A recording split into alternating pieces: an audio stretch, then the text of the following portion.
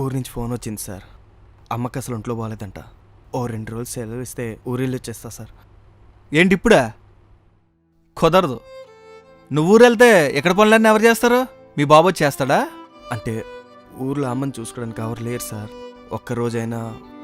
ఒక్క రోజు కాదు కదా, ఒక పూట కూడా కుదరదు. ఇలా అయితే నేను ఉద్యోగం మానేస్తాను సార్. మా అమ్మ కంటే నాకేది ఎక్కువ కాదు. అలాగా? సరే, అయితే 2 లక్షలు కట్టేసి మానేసి. నేనెందుకు కట్టాలి సార్ డబ్బులు? నువ్వు 1 ఇయర్ బోనస్ మర్చిపోయావేమో. సో సంవత్సరం లోపు నువ్వు మానేయాలనుకుంటే నాకు 2 లక్షలు కట్టాలి. అది ఆల్రెడీ రాసి ఉండాలే, చూసుకొని ఉండవు. సార్ అలా అనొద్దు సార్. మా అమ్మని చూసుకోవడానికి ఎవరు లేరు సార్. ఒక్కరోజైనా సెలవు ఇస్తే మీ కాలు పట్టుకుంటాను. ఎలా ఎక్కువ విసిగించుకెళ్ళు, వెళ్ళి పని చూసుకోపో.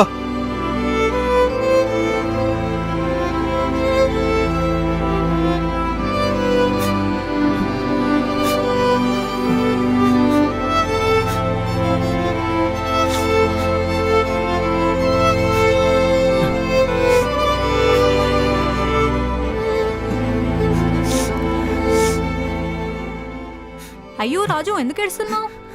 మా అమ్మకు ఒంట్లో బాగాలేదక్క. ఒక్కరోజైనా వెళ్ళొస్తా అన్న. మేనేజర్ లీవ్ ఇవ్వనన్నాడక్క. ఇలాంటి సిచ్యువేషన్లో కూడా ఇవ్వనన్నాడా? ఉద్యోగం మానేస్తానంటే అగ్రిమెంట్లో రాసుందని 2 లక్షలు అడిగాడక్క. నాకు చాలా భయంగా ఉందక్క అమ్మ గురించి. నువ్వు భయపడక పదా, నేను అడుగుతా. సరే అక్క. సార్, రాజు వాళ్ళ అమ్మకు బాగాలేదంట, బాధపడుతున్నాడు. ఆ సోదంతా ఆడ ఆల్రెడీ చెప్పాడు. నేను లీవ్ ఇవ్వనని కూడా చెప్పాను. మ్యాటర్ ఏంటి చెప్పు. ఎందుకు సార్? కంపెనీ నార్మ్స్ ప్రకారం ప్రతి ఎంప్లాయీకి ప్రతి మంత్ 2 లీవ్స్ ఉంటాయి. అండ్ రాజు ఈ మంత్ ఒక్క లీవ్ కూడా పెట్టుకోలేదు. ఇప్పుడు మీరు లీవ్ ఇవ్వకపోతే రాజు హ్యూమన్ రైట్స్ కేసు వేయొచ్చు. అండ్ మీరు ఎంప్లాయీస్ని ఇన్సల్ట్ చేస్తూ మాట్లాడుతున్నందుకు under section 504 Indian penal code ప్రకారం కేసు ఫైల్ అవుద్ది. ఏంటి, ఆఫీస్ బాయ్ని తీసుకొచ్చి బెదిరిస్తున్నావా? లేదు సార్, రాజు పెద్దగా చదువుకోలేదు కదా, ఇలా చేయొచ్చు అని చెప్తున్నా అంతే. సరే, నీకు 1 డే లీవ్ ఇస్తున్నాను. వెళ్ళి రేపు ఆఫీస్కి వచ్చి. సరే సార్, అలాగే.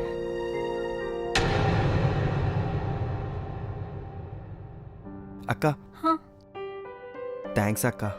అమ్మ జాగ్రత్తరా. సరే.